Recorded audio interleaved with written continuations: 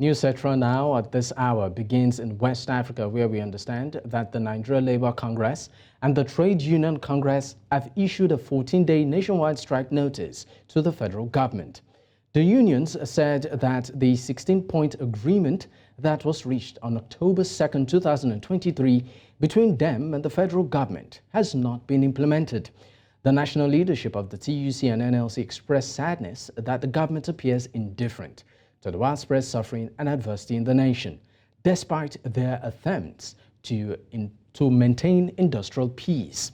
NLC and TUC in a statement lamented that it is regrettable that they are compelled to resort to such measures, but the persistent neglect of the welfare of citizens and Nigerian workers and the massive hardship leave them with no choice.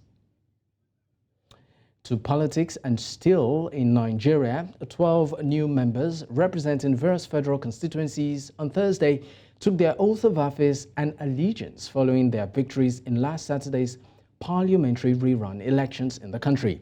Although a total of 15 candidates were victorious at the polls, 12 winners were on the floor of the House for their swearing in at a session presided over by the Speaker of the House of Representatives, Mr. Abbas Tajuddin. On the 7 are of the All Progressive Congress, 5 from the People's Democratic Party, 3 from the Young Progressives Party, and 1 from the Labour Party. The new lawmakers were accompanied to the National Assembly complex by family members, friends, and political associates. Away from that, let's tell you that sadly, the revered traditional ruler of Asaba, His Royal Majesty Obi Joseph Chike Edozian, is dead. The monarch was aged 99 years. Though the death has not been officially announced due to tradition, it was gathered that Edozian, who was the 13th Asagba of Asaba, joined his ancestors on Wednesday. At the time of filing this report, efforts to get an official response from the Palace Secretary, that's Chief Patrick Indeli, was unsuccessful.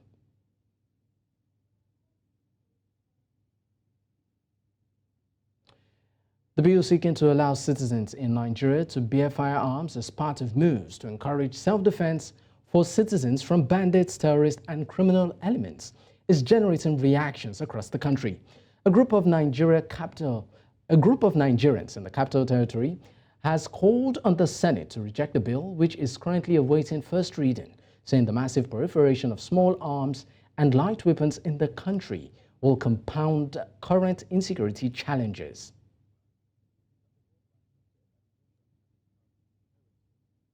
Now, troops of the Nigerian Army on Wednesday said that they rescued 18 female kidnapped victims from their captors and handed them over to the Katsina state government.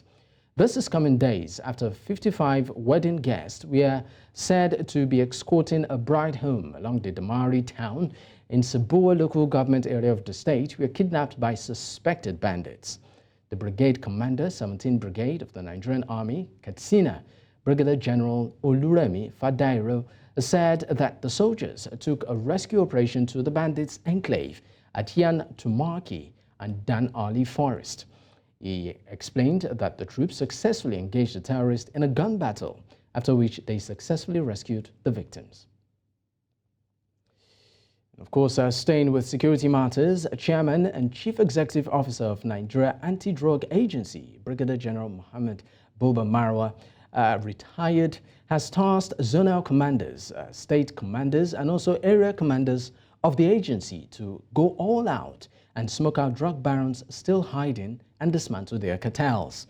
He said it was part of the ongoing efforts to totally cut off drug supply to elements involved in criminalities across the country. The NDLEA boss gave the charge in his meeting with directors and all commanding officers of the agency at its national headquarters in Abuja. He said no effort must be spared to remove illicit drugs equation from the security challenges facing the country. Part and parcel of the solution to the insecurity, because if you cut the access and availability of drugs to the criminals, you will effectively tamper with their nefarious activities. And so we're going to plead for increased funding to do more things in support of the fight against insecurity, and I trust that the President will give us a listening ear because he's very interested in the progress of the NDLEA. This year, we want to raise the bar of our performance, and that calls for having commanders who are up to the task, who are up and doing. Our jobs are clearly defined. We must clean our streets and communities of illicit substances. We all are witnesses of the upsurge in kidnapping and such vices in society. This means also that NDLA must remain upstanding. For those who have been watching and listening, recently the upsurge of kidnapping in their demands, apart from money, what else do they ask for? They ask for drugs. So in one sense, it means NDLA is working, because before they don't ask for it, because it's available. But now they can't access it like before, or it is very expensive, more than before.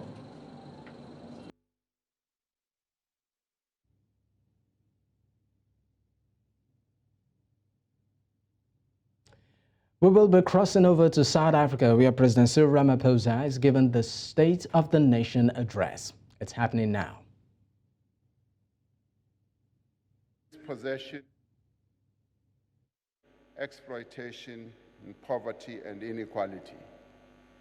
As we stood in the long, winding queues to vote, we turned to one another and spoke of our joy, and sometimes with tears running down our cheeks. We embraced friends and strangers alike, encouraged by a sense of a common future that we were about to determine for our country with our votes. We placed into those ballot boxes not just a vote, but a dream of the country we wanted to build. It was the dream of a South Africa that, in every sense, belongs to all who live in it, united in our diversity. The world watched as Nelson Mandela, the father of our nation, cast his vote in Inanda in KwaZulu-Natal, the land of Ushaka, a hero whose name echoes across the ages, the birthplace of John Langalibalele Dube, the first president of the African National Congress.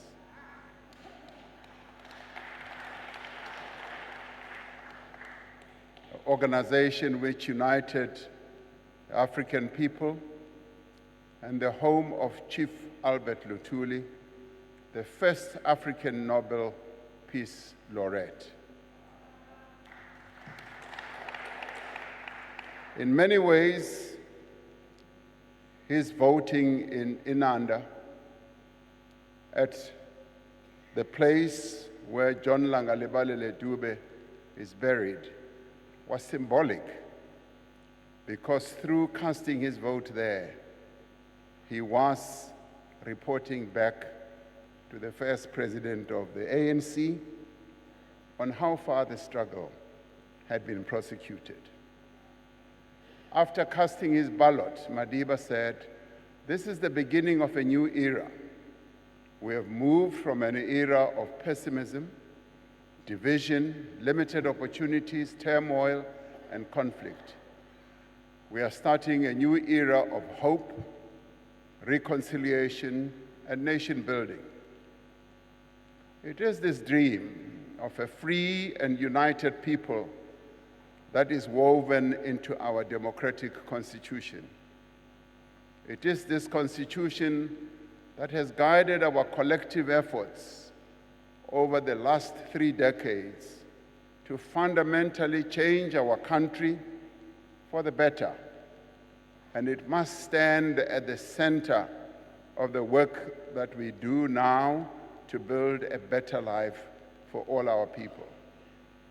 Over the last 3 decades, we have been on a journey striving together to achieve a new society, a national democratic society. We have cast off the tyranny of apartheid and built a democratic state based on the will of the people. We have established strong institutions to protect the fundamental freedoms and human rights of all our people. We have transformed the lives of millions of South Africans, providing the necessities of life and creating opportunities that never existed for them before. We have enabled a diverse economy whose minerals, whose agricultural products, and manufactured goods are exported and reach every corner of the world while creating jobs in our own country. As a country, we have returned to the community of nations, extending a hand of peace and friendship to all countries and all peoples. Just as we cannot deny the progress South Africans have made over the last 30 years, nor should we diminish the severe challenges that we continue to face as a people. We have endured times of great difficulty when the strength of our constitutional democracy has been severely tested. There have been times when events beyond our borders have held back our progress. The global financial crisis of 2007 and 2008 brought to an end a decade of strong growth and faster job creation. More recently, the Russia-Ukraine conflict has contributed to rising prices of fuel, food, and other commodities across the world, and has, as a result, made life more difficult for all South Africans. There have also been times when events at home have shaken the foundations of our constitutional democracy. Perhaps the greatest damage was caused during the era of state capture.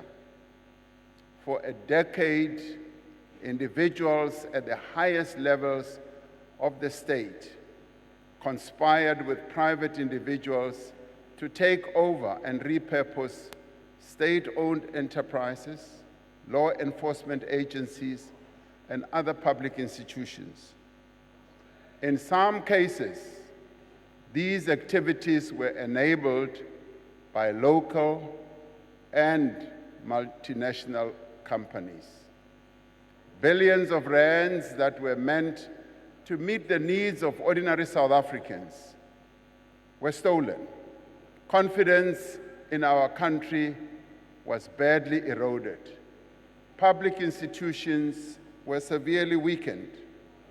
The effects of state capture continue to be felt across society, from the shortage of freight locomotives to crumbling public services, from poor performance of our power stations to failed development projects in a number of places.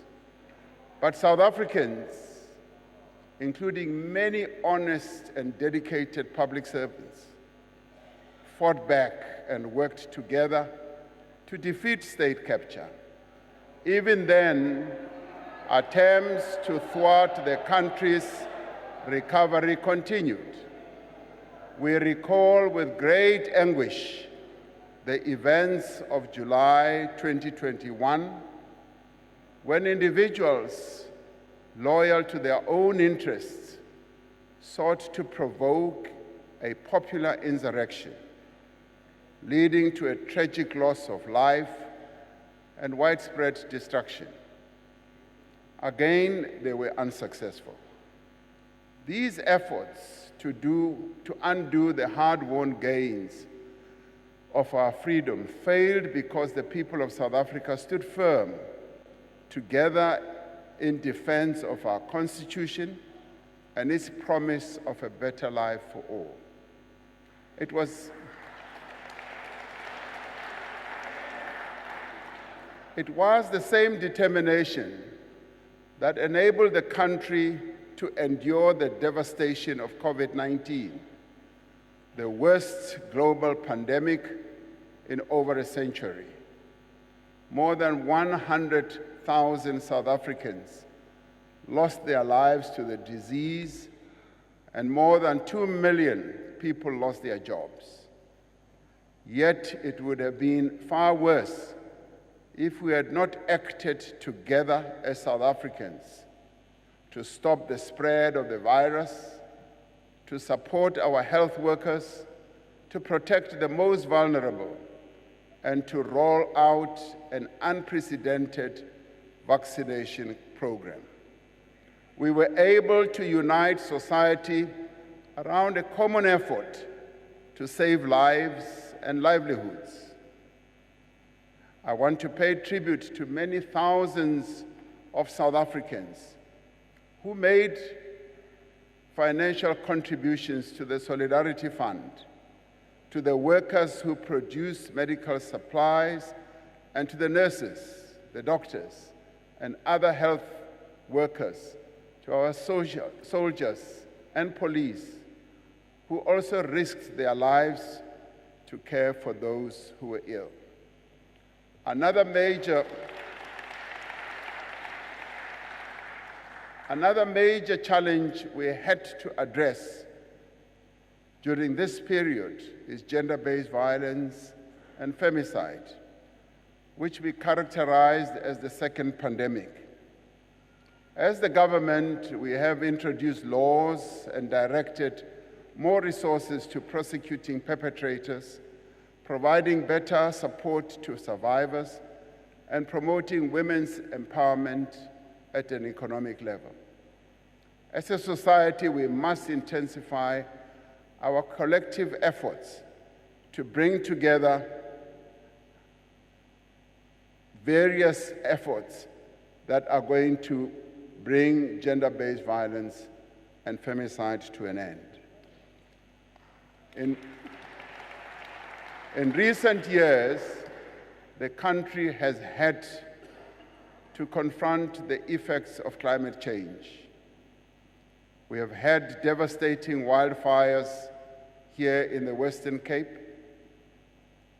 destructive floods in KwaZulu-Natal, unbearable heat waves in the Northern Cape, persistent drought in the Eastern Cape, and intense storms in Gauteng and Northwest. Much of the task of this administration was to get our country through these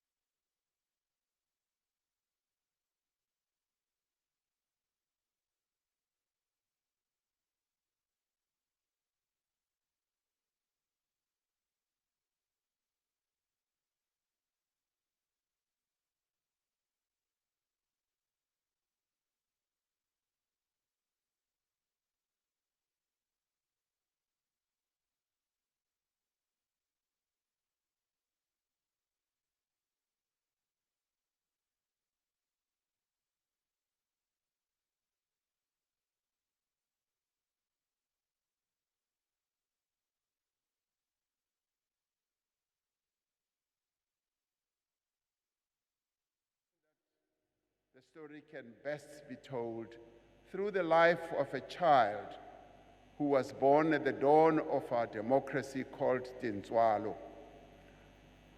Tintswalo, democracy's child, grew up in a society that was worlds apart from the South Africa of her parents, South Africa of her grandparents and great-grandparents. Loko Tintswalo afika ka South Africa, ukume kuri swilo swo tala a swa ha fani na swilo swa khale. Ukume kuri swilo leswi endlaku hi hulumeni wa hina i swona swi nga kota ku ri swi yisa vutomi bya yena phambili. She grew up in a society governed by a constitution rooted in equality, the rule of law, and affirmation of the inherent dignity of every citizen. Tintswalo and many others born at the same time as her were beneficiaries of the first policies of the democratic state to provide free health care for pregnant women and children under the age of 6.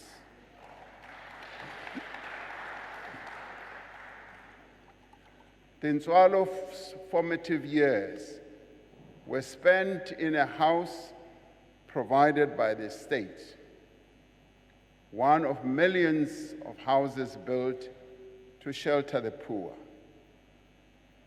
O ile a re ha a tswalwa a hwetša hore dintlo di a agiwa ke mmuso o motjha wa South Africa. Ba bang ba ileng ba tswala pele ga ena ba ne ba golela dintlong tsa maratharata.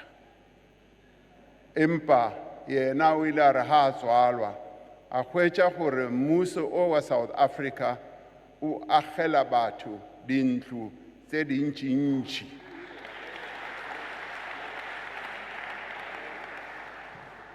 Tintswalo grew up in a household provided with basic water and electricity, in a house where her parents were likely to have lived without electricity before 1994.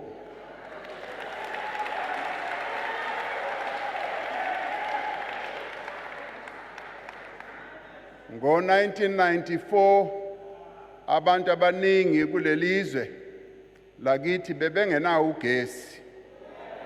Kodwa uTintswalo uthe makezalwa wathola ukuthi ugesi ukhona.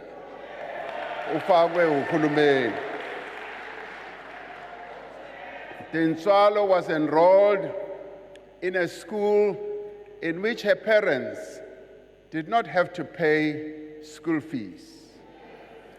And each school day, she received nutritious meals as part of a program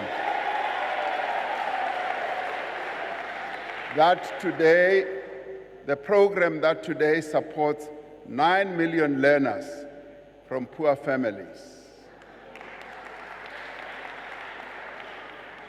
Hoyu Tintswalo, duva achia chikoloni. Usika chikoloni, ngamacheloni, kazungwe zikolo, uwana na breakfast, kazungwe chikolo, uwana ziliwa za masiyara. Hezi zoba zisaitei, chipingani chakali. Zoba zisiho, namusi ziwaitea, nga uri, unamubuso muswa, wa Afrika Chipembe, uneva kwesa zwithu phanḓa. The democratic state provided a child support grant to meet Tintswalo's basic needs. This grant, together with other forms of social assistance, continues to be a lifeline for more than 26 million South Africans every month. With this support, Tintswalo, democracy's child, was able to complete high school. Through the assistance of the National Student Financial Aid Scheme, Tintswalo attended one of our TVET colleges and obtained a qualification.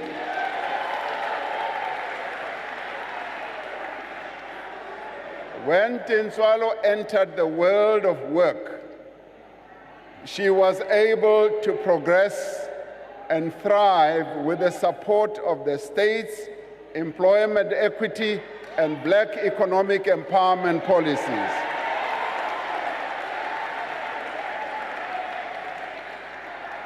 With the income she earned, she was able to save. She was also able to support her parents.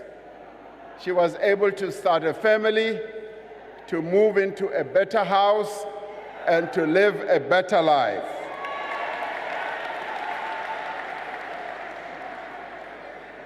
This is the story of millions of people who have been born since the dawn of democracy. Whether people like it or not, this is the reality of many people in our country. But truth be told, it is only part of the story. For despite the remarkable achievements of the last 30 years, many of democracy's children still face great challenges. Millions of young people aged 15 to 24 years are currently not in employment, education, or training. There are many who have a matric, a diploma, or a degree who are not able to find a job or do not have the means to even start a business. Now, this is a trend that prevails in many countries around the world. While economic growth is essential to reduce unemployment, we cannot wait to provide the work that many of democracy's children need. As government, we have taken steps to address the youth unemployment challenge. I had the privilege yesterday to be in the presence of almost 1,000 young people. 1,000 young people who were bearing testimony to how, through the various initiatives that government has put in place, that the private sector has also put in place, have been able to see progress in their own lives.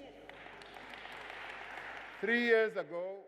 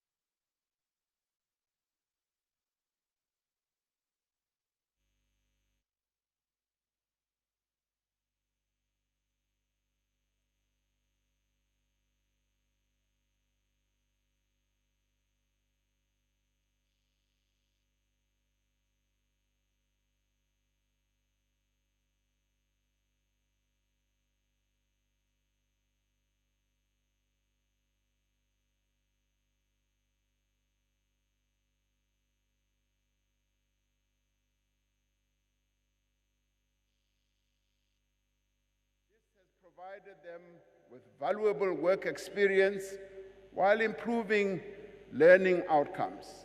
Through the Presidential Youth Employment Intervention, we have established what we call SA Youth Mobi, as a zero-rated platform for unemployed young people to access opportunities for learning and earning. Over 4.3 million people, young people for that matter, are now engaged on the network, and 1.6 million have so far secured opportunities.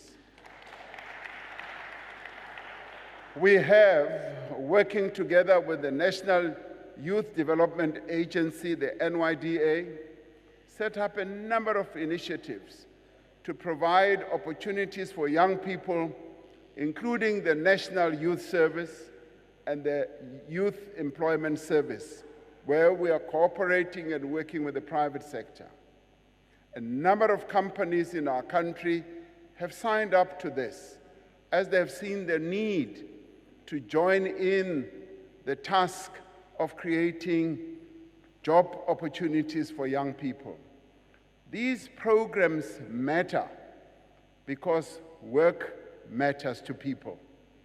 The NYDA has played a key role in assisting a number of young people to start their own businesses.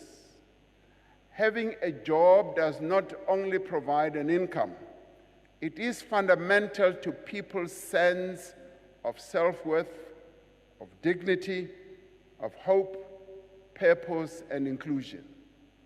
From the depths of deprivation and inequality, we have worked over 30 years to ensure that all South Africans have an equal chance to prosper. And we have sought to live up to leaving no one behind. It is not enough to recognize the injustices of the past. We need to correct them. We have introduced laws and undertaken programs to enable Black South Africans who were previously disadvantaged and prevented from getting into many opportunities. We've also enabled women to advance in the workplace, to become owners and managers, to acquire land and to build up assets, even as, because they are women, were prevented by laws of the past from doing so. The proportion of jobs in executive management held by Black people have increased exponentially, almost fivefold between 1996 and 2016. One of the overriding challenges this administration had to deal with when it took office was state capture and corruption. Our first priority was to put a decisive stop to state capture, to dismantle the criminal networks within the state, and to ensure that perpetrators face justice. We had to do so.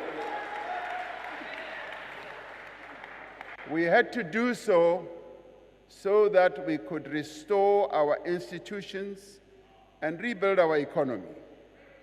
We appointed capable people with integrity to head our law enforcement agencies, government departments, security services, and companies, often through an independent and transparent process. The credibility and efficiency of a number of institutions, like the South African Revenue Service, have been restored and their performance has improved. Some may not like this, but that is the reality of what has happened. We set up the Investigating Directorate as a specialized and multidisciplinary unit within the National Prosecuting Authority to investigate corruption and other serious crimes. Great progress has been made in bringing those responsible for all these acts of malfeasance to justice. More than 200 accused persons are being prosecuted as we speak. More are under investigation. Stolen funds are being recovered. Freezing orders, I see you love this. Freezing orders of 14 billion rand have been granted to the NPA's asset forfeiture unit for state capture-related cases, and around 8.6 billion rand in corrupt proceeds have been returned to the state. A restored and revitalized SARS has collected 4.8 billion in unpaid taxes as a result of evidence presented to the State Capture Commission, while the Special Investigating Unit has instituted civil litigation to the value of 64 billion rand. We have taken steps, including through new legislation, to strengthen our ability to prevent fraud and secure our removal from the grey list of the Financial Action Task Force.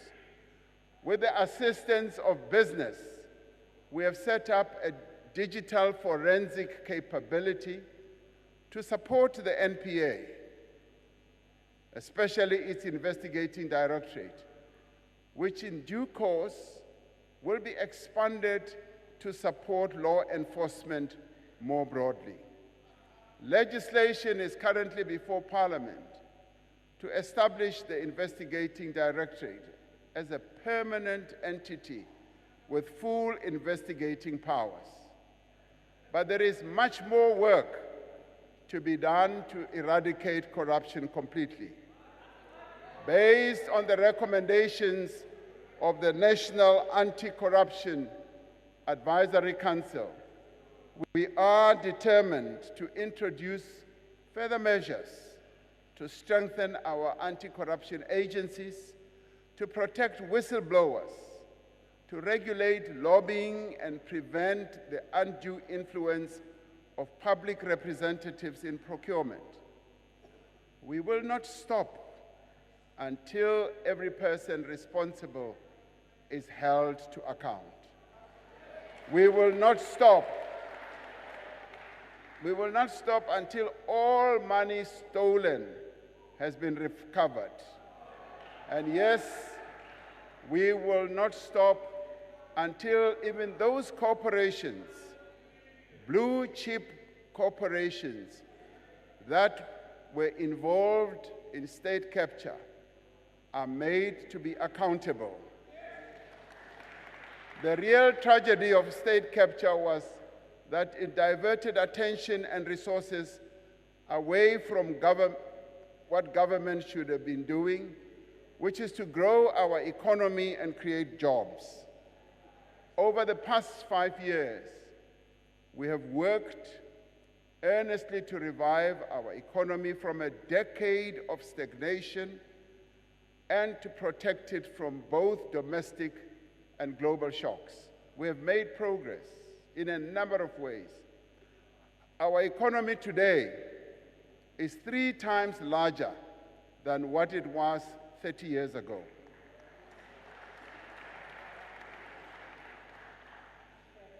The number of South Africans who are in employment has increased from 8 million in 1994 to 16.7 million today. Over the last 2 years, the number of jobs being created has been increasing every quarter, and we now have more people in employment than before the pandemic. Yet, our unemployment rate is the highest it has ever been. Even as employment is growing, more people are entering the job market each year than jobs are being created. We have laid a foundation for growth through far-reaching economic reforms that we have embarked upon. an ambitious investment drive, and an infrastructure program that is starting to yield results. Companies continue to invest. Thousands of hectares of farmland are being planted. New factories are being opened, and production is being expanded. We are on track to resolve the most important constraints on economic growth by stabilizing our energy supply and fixing our logistics system. As these obstacles are removed, the true potential of our economy will be unleashed. We set out a clear plan to end load shedding, which we have been implementing with a single-minded focus through the National Energy Crisis Committee. We have delivered on our commitments to bring substantial new power through private investment on the grid, which is already helping to reduce load shedding. Last year, we implemented a major debt relief package, which will enable Eskom to make investments in maintenance and transmission infrastructure and ensure its sustainability going forward. Since we revived our renewable energy program 5 years ago, we have connected more than 2,500 megawatts of solar and wind power to the grid, with 3 times this amount already in procurement or construction. Through tax incentives and financial support, we have more than doubled the amount of rooftop solar capacity installed across the country in just the past year. We have implemented sweeping regulatory reforms to enable private investment in electricity generation, with more than 120 new private energy projects that are now in development. These are phenomenal developments that are driving the restructuring of our electricity sector in line with many other economies have done to increase competitiveness and to bring down their energy prices. Through all these actions, we are confident that the worst is behind us and the end of load shedding is finally within reach.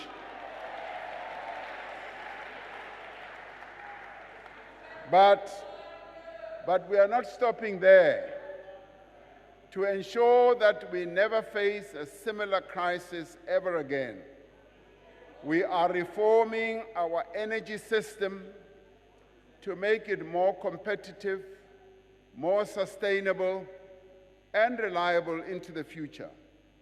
We are going to build more than 14,000 kilometers of new transmission lines to accommodate renewable energy over the coming years.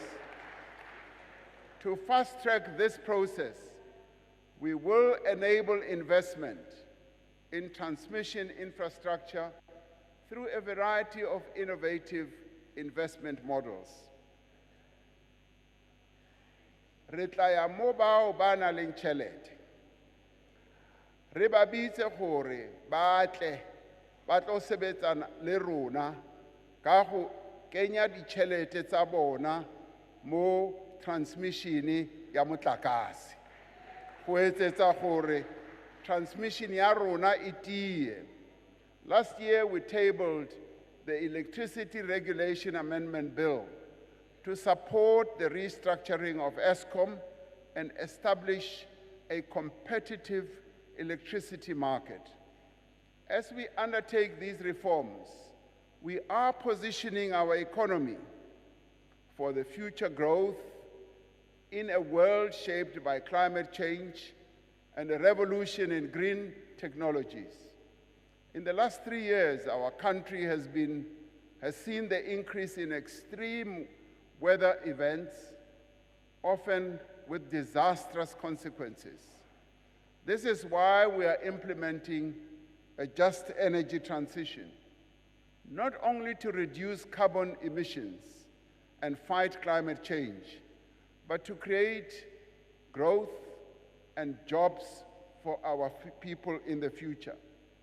We will undertake this transition at a pace, at a scale, and at a cost that our country can afford, and in a manner that ensures energy security. So we will not be compelled to embark on processes that are going to disadvantage our country in this regard. With our abundance of solar, wind, and mineral resources, we are going to create thousands of jobs in renewable energy, in green hydrogen, green steel, electric vehicles, and other green products. The Northern Cape, with its optimal solar conditions, one of the very best in the world conditions, has already attracted billions of rands in investment. We are going to set up a special economic zone in the Boegoebaai port to drive investment in green energy. There's a great deal of interest. You've been watching the State of the Nation address by the South African president to the nation, talking about President Cyril Ramaphosa. Some of the key issues he highlighted in his address includes the economy, the efforts they have made, particularly in securing jobs for the teeming youth of South Africa. He also talked about state capture and the efforts to ensure that justice in the system is maintained, talking about putting the right people to do the right jobs. He also talked about the fight, against corruption, not just within the system, but, all rounded within, of course, the South African country. And finally, before, of course, we came back to the studio, he was talking about the energy sector. I mean, South Africa this year experienced quite a number. I mean, last year, the year before, a load shedding and, of course, a lot of energy crisis. The president actually did highlight the efforts they've been making and said particularly that the situation is now under control. Well, we'll be keeping you up to speed as it goes. But that's the beat we can take on the news at this time. My name is Dakbo Adigboye. Bye for now.